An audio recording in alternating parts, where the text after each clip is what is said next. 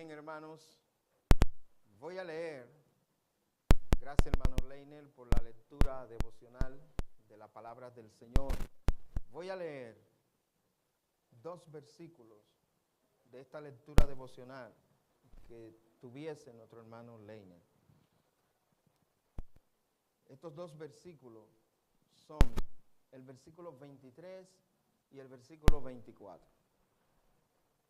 Por tanto, si traes tu ofrenda al altar y allí te acuerdas de que tu hermano tiene algo contra ti, deja allí tu ofrenda delante del altar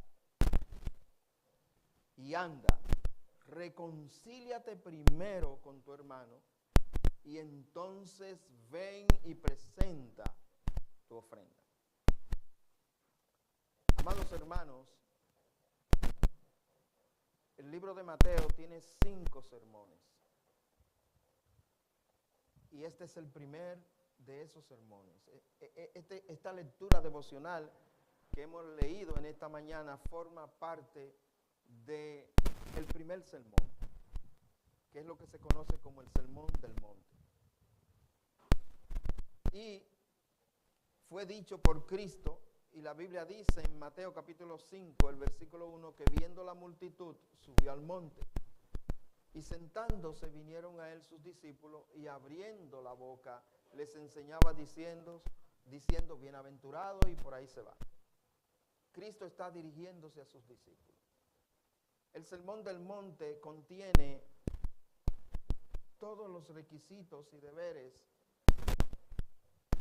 de lo que significa o de lo que debemos cumplir para el reino de los cielos. Ya aquí a la altura del versículo 21 del capítulo 5, Cristo empieza a citar mandamientos. Y luego el Señor le dice, oísteis que fue dicho por los antiguos, no matarás. El Señor no vino a abrogar la ley, sino a cumplirla. Y lo que el versículo 23 y 24 enseñan, hermano, es más. Mira, hermano, es algo con lo que hay que tener mucho cuidado. Es un hilo muy fino. Un hilo muy fino. A veces creemos que ciertas cosas contra los hermanos no son pecado. Y sí lo son. Cuando a medida que nos involucramos en escudriñar la palabra del Señor, nos damos cuenta cuán fina y delicada debe ser la relación entre hermanos.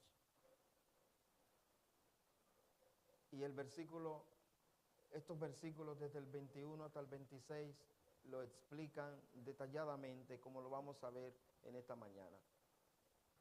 Vamos a escudriñarlo, vamos a buscar la verdad central, vamos a buscar hacerle un estudio teológico, vamos a buscar la aplicación práctica. Porque vamos a ver, hermanos, que hay un hilo entre el versículo 23 y 24, que si no lo cumplimos o lo estamos cumpliendo, estamos en pecado. Estamos en pecado.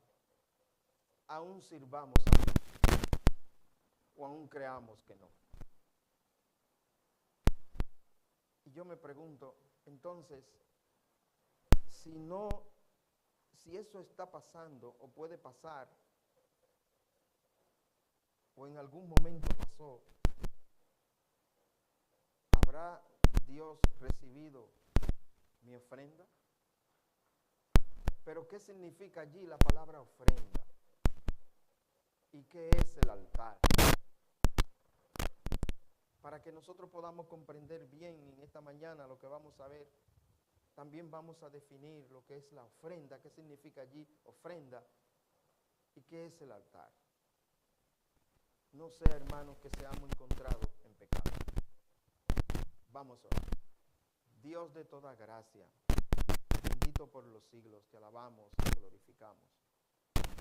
Por favor, abre los ojos de nuestro entendimiento y haz sensible nuestros oídos y nuestros corazones para que penetre tu palabra. Y bendícela en cada oyente que esté dispuesto a obedecerla. Esto te rogamos y te pedimos en el nombre de Jesús. Amén. Hermanos, el primer versículo, el versículo 21 del capítulo 5, dice así: oísteis que fue dicho a los antiguos. Note usted que este versículo, Cristo está diciendo, oísteis que fue dicho a los antiguos. Hay versiones que dicen por los antiguos. Muchos creen que Cristo va a contradecir la ley de Moisés por lo que él dice luego, por tanto. Pero Cristo no va a contradecir la ley de Moisés. Cristo la va a explicar, Cristo la va a exponer, Cristo la va a ampliar para que se entienda mejor el concepto de la ley, que no es un asunto nada más de hechos, es un asunto también de palabras, es un asunto de pensamientos. Y Cristo le está diciendo, oísteis que fue dicho a los antiguos, no matarás. Bueno, este es el sexto mandamiento, no matará, negativo en sí mismo. El Señor con el sexto mandamiento lo que busca es proteger la vida humana. El Señor, y lo vimos con lujo de detalle uno de estos miércoles estudiando los mandamientos, y luego Números en el capítulo 35 explica que este matar se refiere a un acto premeditado solamente, cuando alguien decide matar a otro. El Señor, como vimos ese miércoles, no condena, por ejemplo, los soldados que se matan en la guerra, porque a eso que van, digámoslo así. Pero aquí es un acto premeditado, no matarás. Y este es un mandamiento que está hecho para proteger la vida. Dios lo diseñó para proteger la vida. Y Jesús le quiere enseñar aquí a los discípulos, hermanos, que el pecado no comienza únicamente con la acción externa, sino con la interna. Y note usted la consecuencia de violar este mandamiento, no matarás. Oíste que fue dicho a los antiguos, no matarás. Y luego el versículo sigue diciendo, y cualquiera que matare será culpable, ¿de qué? De juicio. ¿Qué significa el término será culpable de juicio? Será culpable quiere decir, hermanos míos, que será y debe ser obligado a una pena o a una imputación. Debe ser obligado, llevado a un veredicto negativo conforme al pecado cometido. Cuando la palabra de Dios, Cristo está diciendo en el versículo 21, oísteis que fue dicho a los antiguos, no matarás, y cualquiera que matare a otro será culpable de juicio. Cristo está diciendo, no matarás, pero si tú matas, definitivamente será y debe haber sobre ti una condena, una imputación conforme igual al hecho cometido. En el Antiguo Testamento, cuando alguien mataba a alguien premeditadamente, debía también morir esa persona. Por eso el Señor no condena a los estados que tienen la pena de muerte. Eso está en la Biblia, Romanos 13. Dios no condena la pena de muerte. Le da facultad a los estados para tener la pena de muerte. Note usted, el que matare iba a ser muerto bajo la ley. La consecuencia es que debería recibir una condena, una condición igual al hecho cometido. Pero luego el Señor viene con otro versículo. Y es el versículo 22, hermanos míos. Y aquí en el versículo 22, Cristo revela la raíz del pecado, de la ira. Pero yo os digo que cualquiera que se enoje contra su hermano será culpable de juicio. Y cualquiera que diga necio a su hermano será culpable ante el concilio. Y cualquiera que le diga fatuo quedará expuesto al infierno de fuego. Vamos, ¿qué nos quieren decir? ¿Qué nos quiere decir el Señor Jesús con estos versículos? Note usted que esto empieza con un pero. Pero yo os digo, hay un contraste entre ese mandamiento y lo que va a decir Cristo ahora. Pero yo os digo, cualquiera que se enoje contra su hermano será culpable de juicio. ¿Qué significa, hermanos, allí el término enojar? El término enojar significa enojarse locamente contra el hermano. De hecho, la palabra hermanos que se usa allí es la palabra griega adelphos, que significa hermanos en la fe, hermanos de una comunidad, hermanos de la iglesia. El que se enoja locamente contra su hermano, el que tiene una ira fija contra su hermano, que no le saque el guante al hermano, el que le muestra una oposición establecida a su hermano. La palabra de Dios dice que la ira del hombre no obra la justicia de Dios. De hecho, siempre que la palabra ira se usa en la Biblia con relación al hombre, siempre es negativa, porque es una obra de la carne. La única vez que la palabra ira aparece de manera positiva es cuando se usa con relación a Dios. Pero cuando se usa con relación al hermano, cuando se usa con relación a los hombres, siempre es negativa porque es una obra de la carne. Por eso la Biblia dice, airaos, pero no que pequéis. Pero la palabra enojo allí significa ira loca, una ira locamente, que siempre está airado contra el hermano.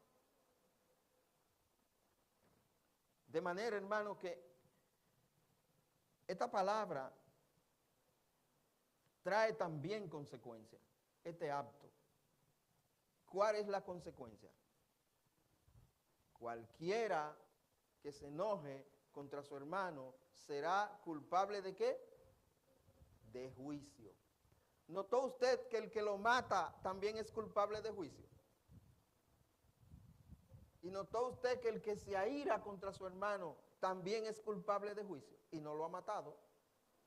Simplemente se enojó locamente contra el hermano. Y Cristo está diciendo, también merece la muerte. También merece la muerte. Porque en su corazón lo está. Ay, ¿cómo es que matar a alguien, enseña Cristo, recibe la misma condena que cuando alguien se aira locamente contra su hermano? Cristo está diciendo será culpable de juicio.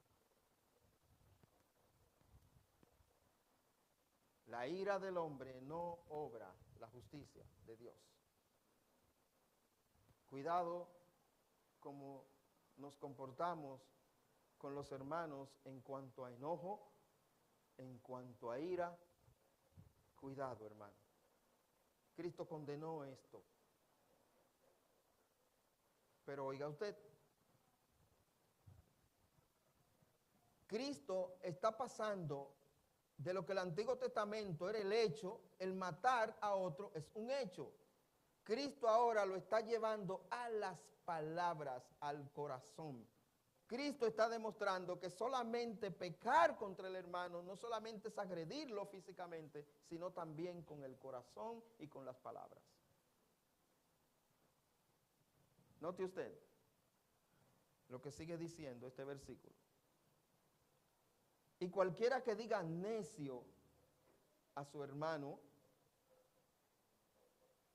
será culpable ante el concilio. Usted se va a sorprender lo que significa la palabra necio. Oiga bien, hermano. La palabra necio viene de un original. La palabra que se traduce allí como necio es una palabra, hermanos míos,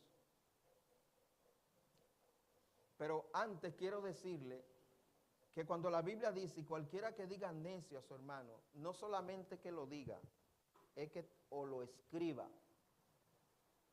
o le haga saber a ese hermano, necio. Ahora bien, la palabra que se traduce allí como necio es la palabra raka, que significa vacío. ¿Usted sabe lo que está diciendo la Biblia? Que cualquiera que le diga a su hermano cabeza hueca, tú eres un cabeza hueca,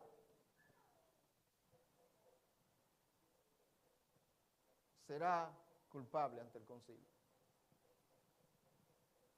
Este término expresaba desprecio por la cabeza de un hombre, viéndolo como estúpido, sin sentido. Es decir, llamarle cabeza hueca a una persona le está diciendo que actúa con presunción y sin pensar, hermanos. Llamarle estúpido a un hermano, la Biblia dice que el que hace tal cosa será culpable ante el concilio.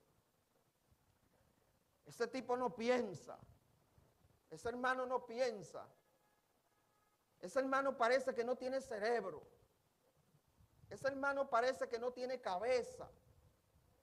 La Biblia dice, será culpable ante el concilio.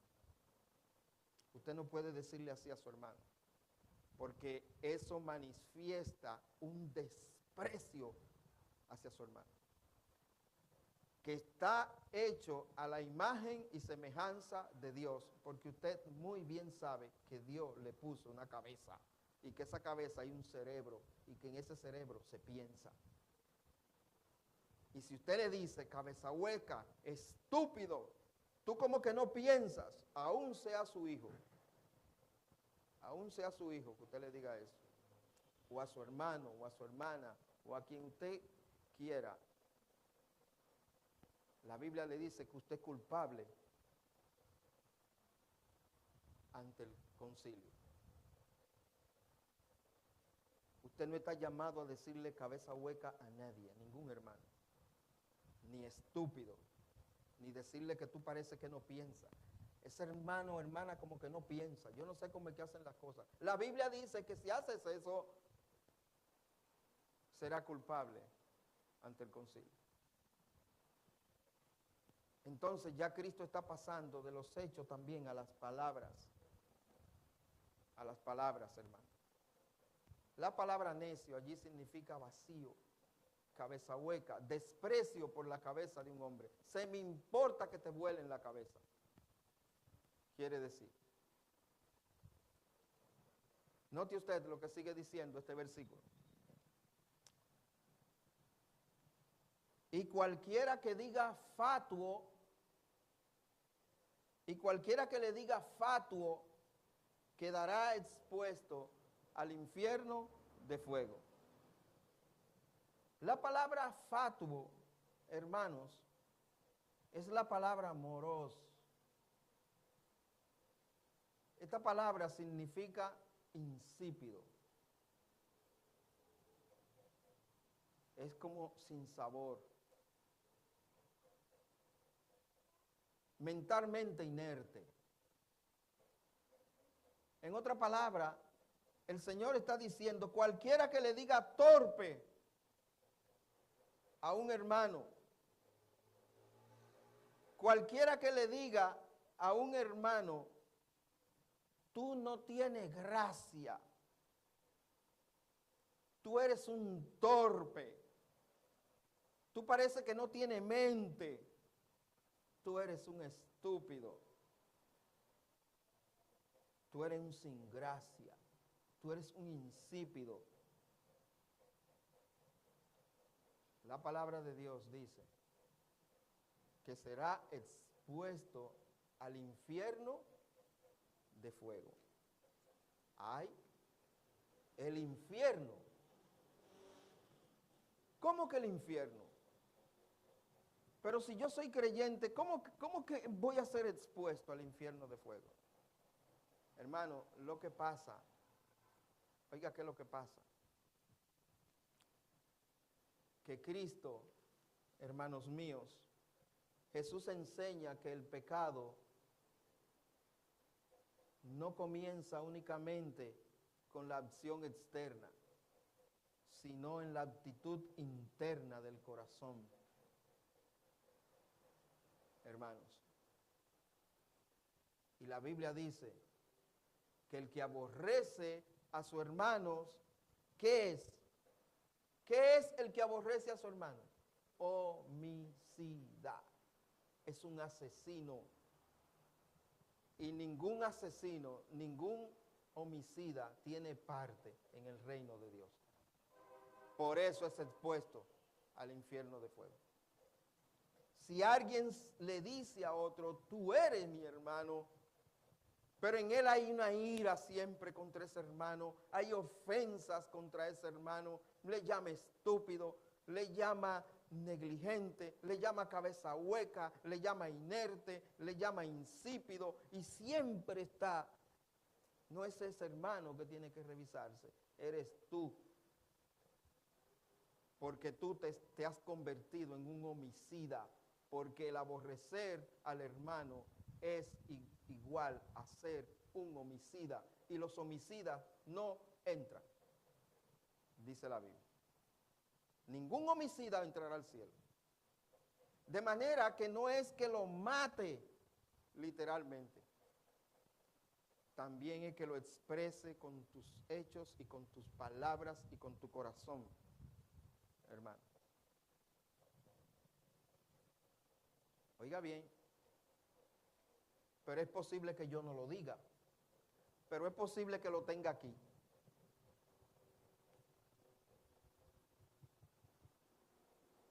Y Dios le dijo al profeta Samuel, Jehová no mira lo que ve el hombre mira lo que está delante de su rostro, pero Dios ve ¿qué?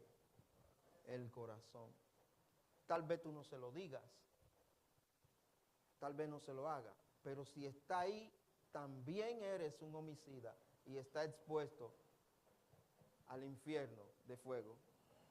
Y los homicidas no entran. Y si eres homicida, entonces no eres hijo de Dios, porque los hijos de Dios no se van al infierno, se van al cielo. Pero oiga esto ahora. Versículos 23 y 24. Este pasaje hay que leerlo con versículos pares. Versículos 23 y 24. Por tanto, si traes tu ofrenda al altar y allí te acuerdas de que tu hermano tiene algo contra ti, deja allí tu ofrenda delante del altar y anda, reconcíliate primero con tu hermano y entonces ven y presenta tu ofrenda. ¿Usted sabe cómo nosotros interpretamos ese versículo? Mire, hermano.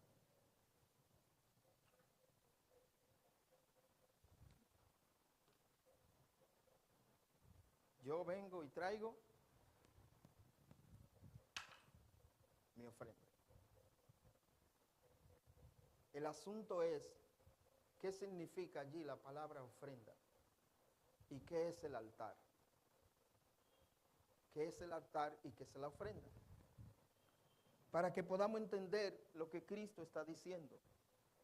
¿Qué significa la palabra altar allí y qué significa la palabra ofrenda? Hermanos, la palabra altar es el lugar de encuentro entre Dios y el verdadero adorador. Es el lugar donde tú te consagras a Dios, donde tú te encuentras con el Señor y comulga, y Dios comulga con ese creyente que es verdadero y que es sincero. El altar, hermanos míos, es aquel lugar donde tú le abres a Dios tu corazón y Dios te habla y por la fe tú haces lo que Él dice. De manera que el altar puede ser cualquier lugar. Nosotros vemos a Abraham que donde quiera que él llegaba, erigía ¿qué? Un altar. Nosotros vemos que cuando Noé bajó del arca, erigió ¿qué? Un altar. La única vez que Abraham no erigió un altar fue cuando fue a Egipto, porque él sabía que Dios no le había dicho que fuera a Egipto. Pero el altar puede ser ese mueble de tu casa donde tú te sientas a orar y a leer la Biblia, o el frente de tu cama, o esa habitación, o ese lugar frente al mar, o en el patio de tu casa, donde tú lees y entras en comunión con Dios. Ese es tu altar. Y aquí en la iglesia, nuestro altar, nosotros le llamamos a esto que el altar. De hecho, todo esto es el altar porque es el lugar de consagración donde nosotros venimos y adoramos a Dios. Luego, ¿qué es la ofrenda?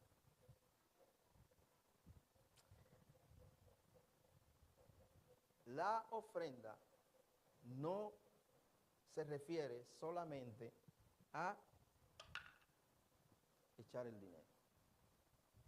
La palabra ofrenda, que allí es traducido como ofrenda, se puede traducir como tu presente, tu don, tu talento, tu regalo, tu sacrificio a Dios, que tú has puesto voluntariamente a Dios, en comunión con Dios, en sacrificio vivo, en un culto santo, agradable a Dios, que es vuestro culto racional. La ofrenda, hermanos, no es nada más el dinero. Es tu don, tu talento, tu esfuerzo, tu sacrificio, tu regalo, lo que tú le llevas y le presentas a Dios, fuese monetario o espiritual. De hecho, todas las veces que se relaciona en el Nuevo Testamento, que se menciona en el Nuevo Testamento, tiene que ver con eso, con tu presencia, con tu regalo, con tu esfuerzo, con tu sacrificio, con lo que tú haces por y para Dios. Y la Biblia te dice que al yo venir aquí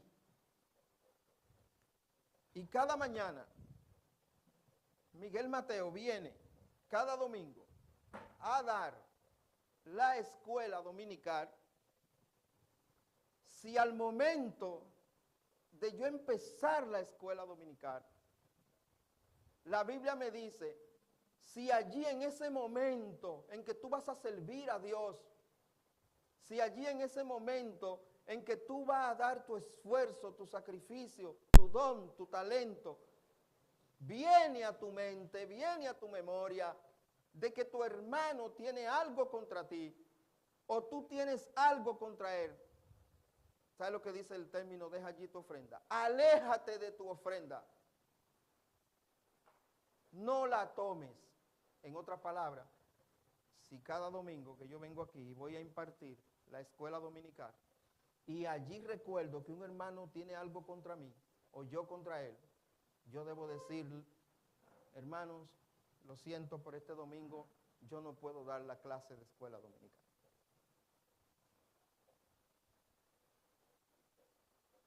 Pero si yo soy profesor de escuela dominical o profesora, o si doy clases en una clase barrial y allí me acuerdo de que un hermano tiene algo contra mí o yo contra él, yo debo decir, no, yo no puedo dar esa clase.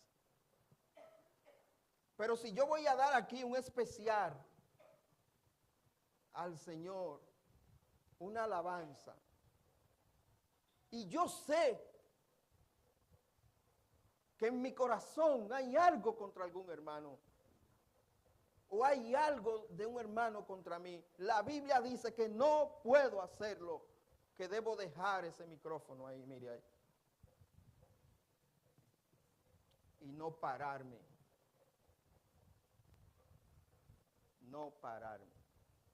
a hacerlo. Pero la Biblia me dice que si yo voy a dirigir el culto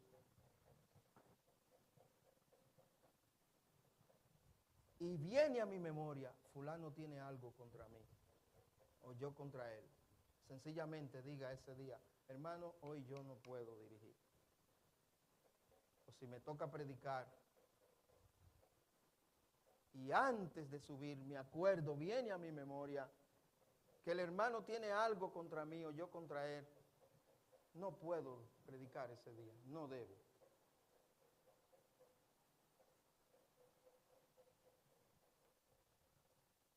Si usted está ahí sentado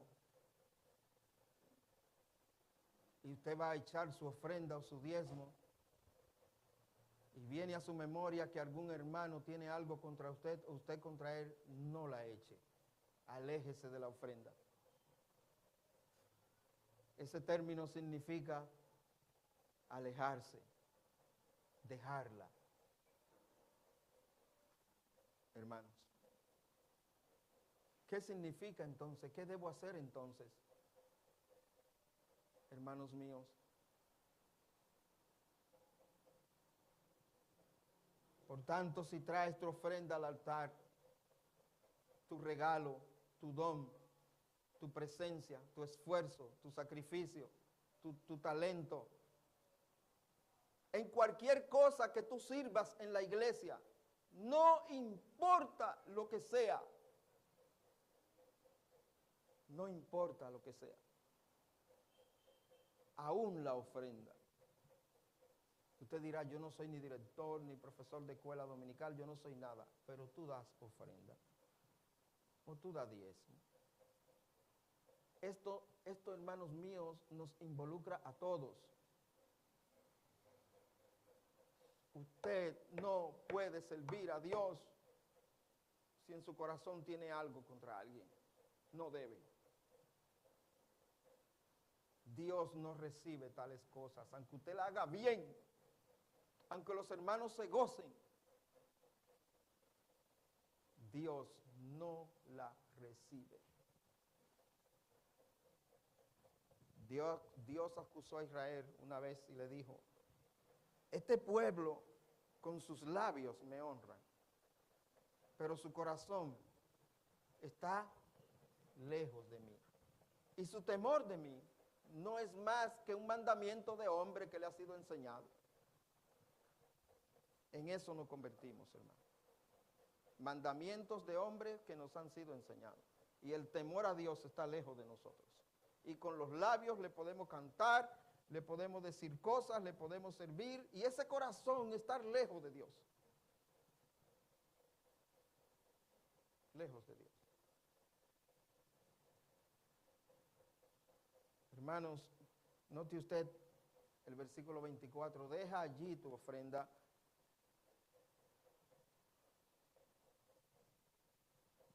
delante del altar y anda, reconcíliate. ¿Con quién? Reconcíliate, dice la Biblia, primero con tu hermano. Eso debe ir primero. Y entonces, solo si después ven y presenta tu diezmo, tu ofrenda, tu alabanza, tu dirección, tus enseñanzas, tu servicio. Sí, solo sí, después.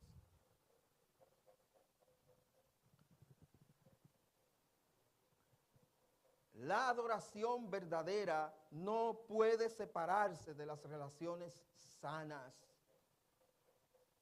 La reconciliación demuestra humildad y obediencia.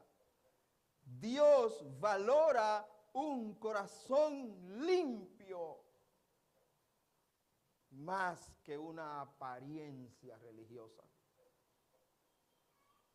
Antes de servir al Señor, antes de cantar, antes de ofrendar, antes de diezmar, antes de predicar, antes de ofrecer cualquier cosa al Señor, debemos procurar estar en paz con los demás, siempre y cuando dependa de nosotros.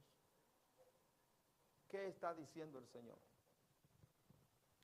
Miguel, si tú diste la clase de escuela dominical esta mañana, o estás predicando ahora, o echaste tu ofrenda, y tú sabes que hay algo contra ti, de algún hermano, tú contra él, y eso no se ha arreglado, yo no recibo eso. Ese servicio para el Señor no vale, porque hay un corazón que está entenebrecido. ¿Qué me dice el Señor? Ve y reconcíliate. En otras palabras, vuelve a la amistad con el hermano. Si la hermana Heisler, si yo voy a dar la clase de escuela dominical y el momento viene a mi memoria que la hermana Heisler tiene algo contra mí, entonces yo debo decirle a la hermana, un momento, hermana Heisler, ven acá. Hermana, ¿qué te pasa a ti conmigo? Que te noto, ¿por qué tú me atacas? ¿Por qué yo noto que hay ira contra ti, contra mí, de ti contra mí? ¿Por qué yo noto que hay enojo? ¿Yo te he hecho algo? ¿Por qué? Y debe venir entre ella y yo la reconciliación. Y si no la hay, yo cumplo Mateo capítulo 18, los versículos del 15 al 20, busco 2 o 3 testigos. Y si aún así no viene, entonces yo la llevo a la iglesia y le digo, la hermana Heile tiene algo contra mí. Y si la hermana Heisler, aún en la iglesia, no se arrepiente, entonces dice, póngala en disciplina y expúlsenla.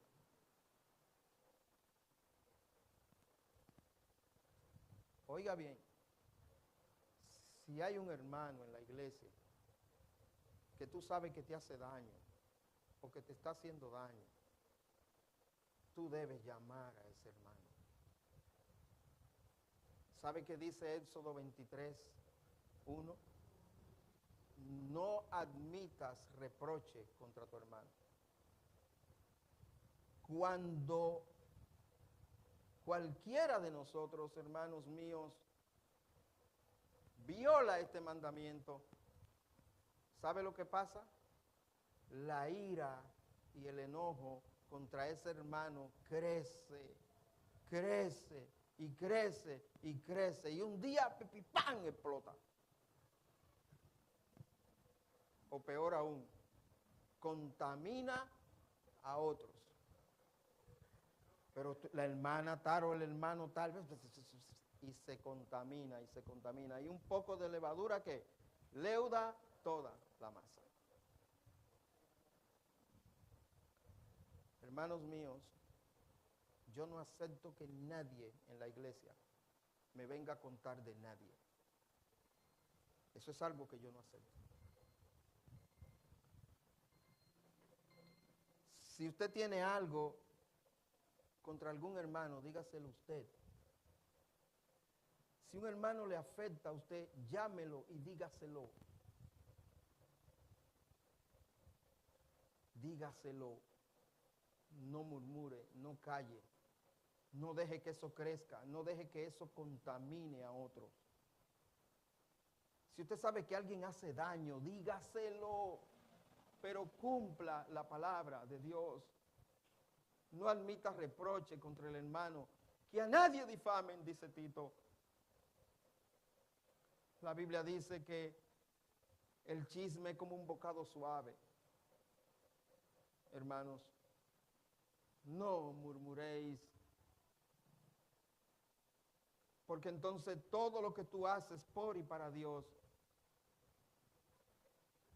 en vano lo hace, para ti mismo lo hace. La palabra de Dios me enseña a mí que si después de yo venir aquí y dar un especial, me recuerdo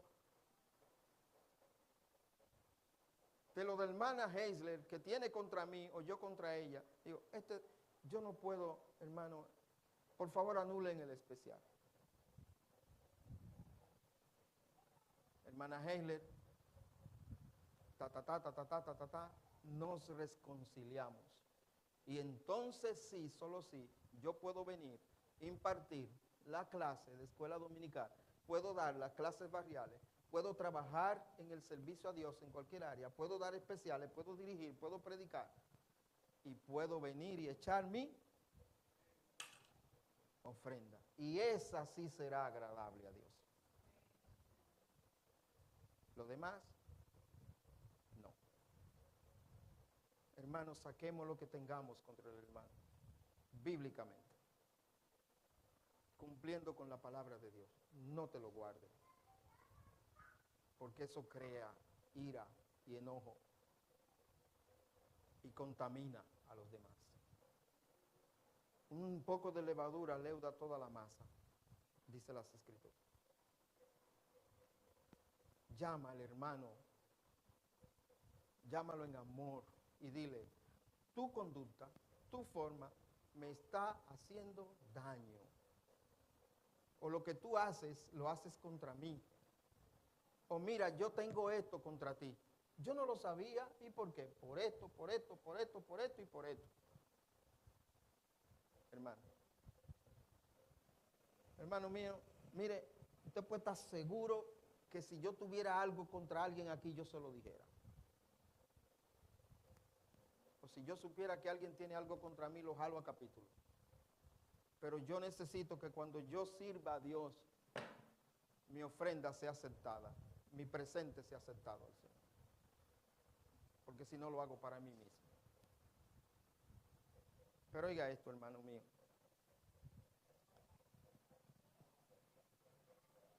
Jesús llama a resolver los conflictos con urgencia.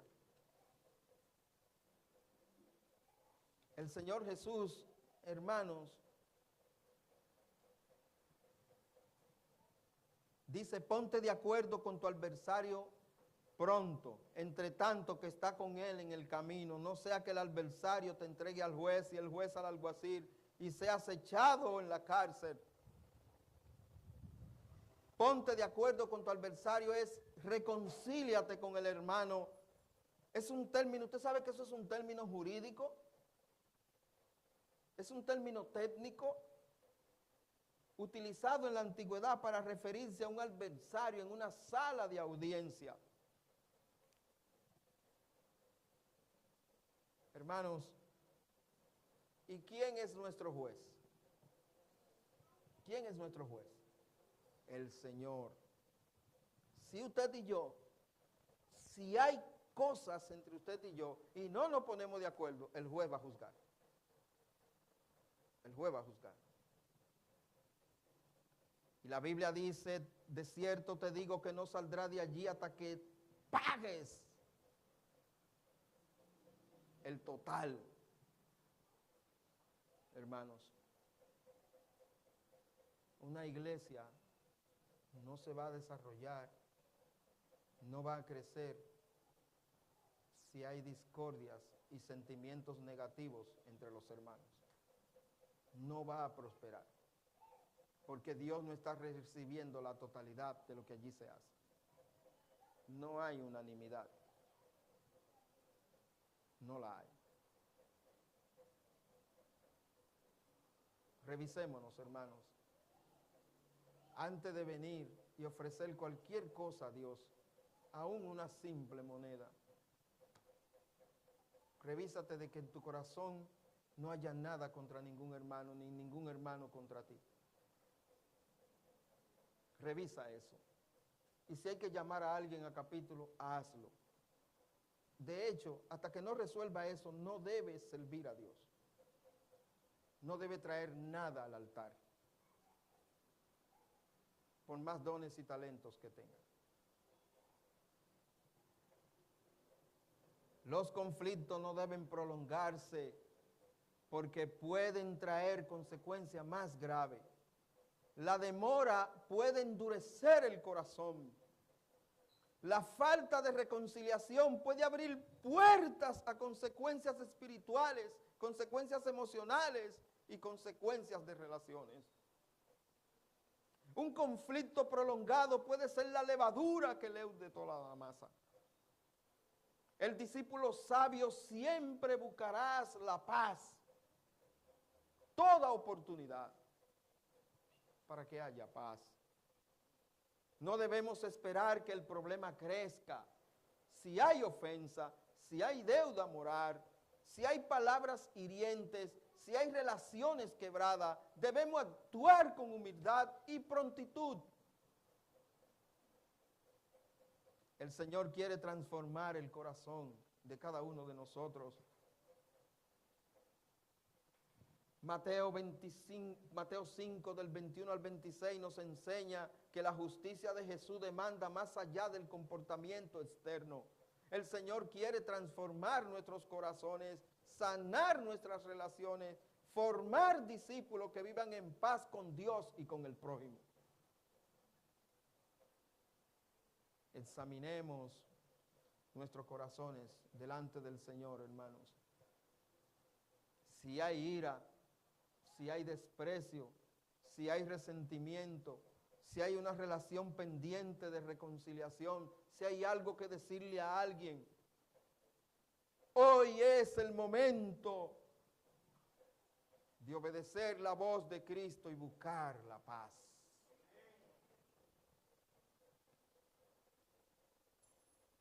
¿Estás tú guardando ira contra alguien? ¿Murmuración, enojo, desconciertos? ¿Has usado palabras que han herido o menospreciado a otros?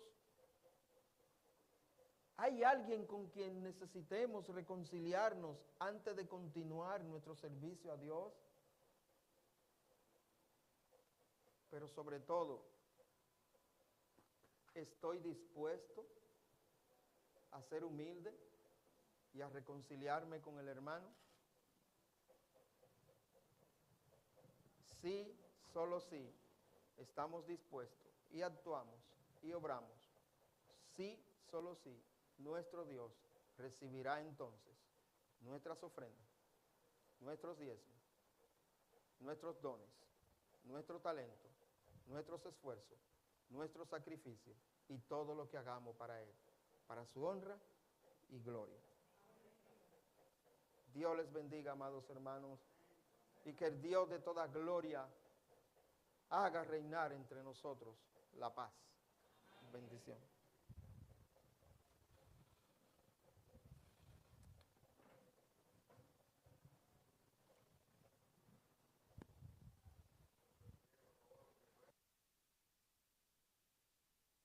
Himno Siervos de Jesús, número 528.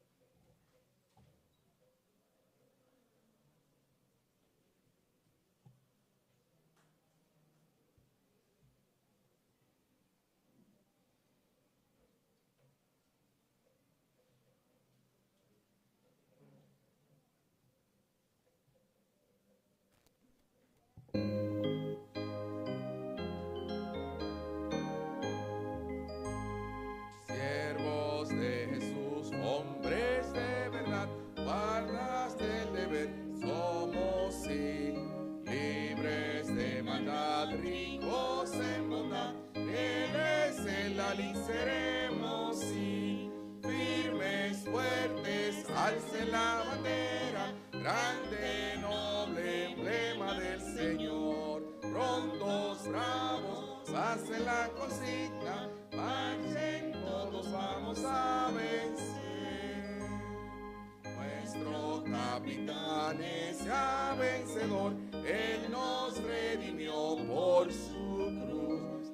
Guardas del deber, Él nos da poder y nos guiará hasta la luz. Firmes, fuertes, alce la bandera, grande, noble emblema del Señor. Prontos, bravos, pasen la consigna, marchen, todos vamos a vencer. Invencibles son los que con afán cada día van al deber. Triunfos obtendrán y recibirán magno galardón del Redentor.